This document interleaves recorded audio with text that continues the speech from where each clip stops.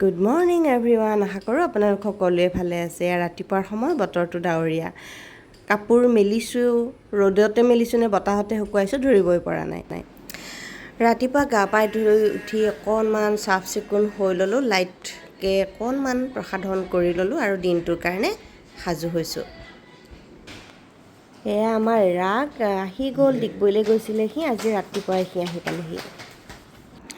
দৈনন্দিন জীৱনত আমাৰ বহুত সমস্যা থাকে, বিভিন্ন ধৰণৰ চিন্তা থাকে, কিন্তু যেতিয়া আমি খাদ্য প্ৰস্তুত কৰোঁ কোনো ধৰণৰ দুশ্চিন্তা বা খং দুখ এনেকুৱা ধৰণৰ অনুভূতিবোৰ মনলৈ কেতিয়াও আনিব নালাগে।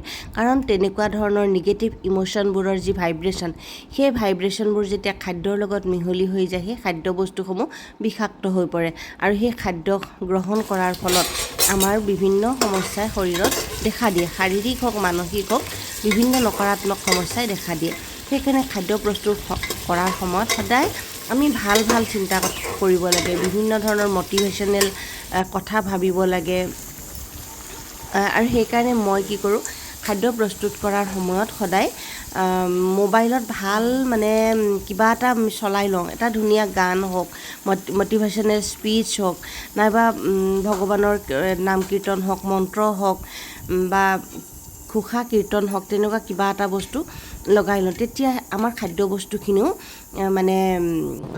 খুব ধুনীয়া পবিত্ৰ হৈ পৰে, প্ৰসাদ হৈ পৰে আৰু সেই ভাইব্ৰেশ্যনটোৱে আমাৰ শৰীৰত পুষ্টি যোগায়।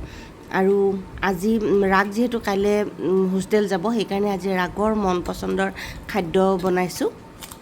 সি লুচি আৰু মাংস খাই খুব ভাল পায়, সেইকাৰণে আজি তাৰ পচন্দৰ লুচি মাংস বনাইছোঁ লাঞ্চত। গতিকে আজিৰ দিনটো আমি এনেকৈয়ে এনজয় কৰিলোঁ আৰু চবেই মিলি লুচি মাংস খালোঁ। কাইলৈ সি যাবগৈ। গৰমৰ বন্ধ মাত্ৰ 15 দিনৰ কাৰণে আহিছিলে। সি অহা সময়খিনিত খুব ভাল লাগি থাকে, চাৰিওটা লগ হওঁ, ভাল লাগে। এতিয়া সি যাবগৈ আৰু কাইলৈ।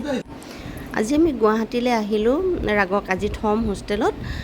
আমি এতিয়া মাৰ ঘৰত আছোঁহি মই, আৰু এয়া তাৰ বেগবোৰ পেকিং কৰিছোঁ, কেইটামান কিবা কিবি খোৱা বস্তু দি দিছোঁ আৰু সকলো যিখিনি যাৱতীয় তাৰ দৰকাৰী বস্তু আছে সেইবোৰ সামৰি সুতৰি দিছোঁ আৰু 4টামান বজাত থ'মগৈ। আৰু একেবাৰে অক্টোবৰত পূজাৰ বন্ধতহে আহিব পাৰিব, গতিকে এইকেইমাহৰ কাৰণে থাকিব আৰু হোষ্টেলতে।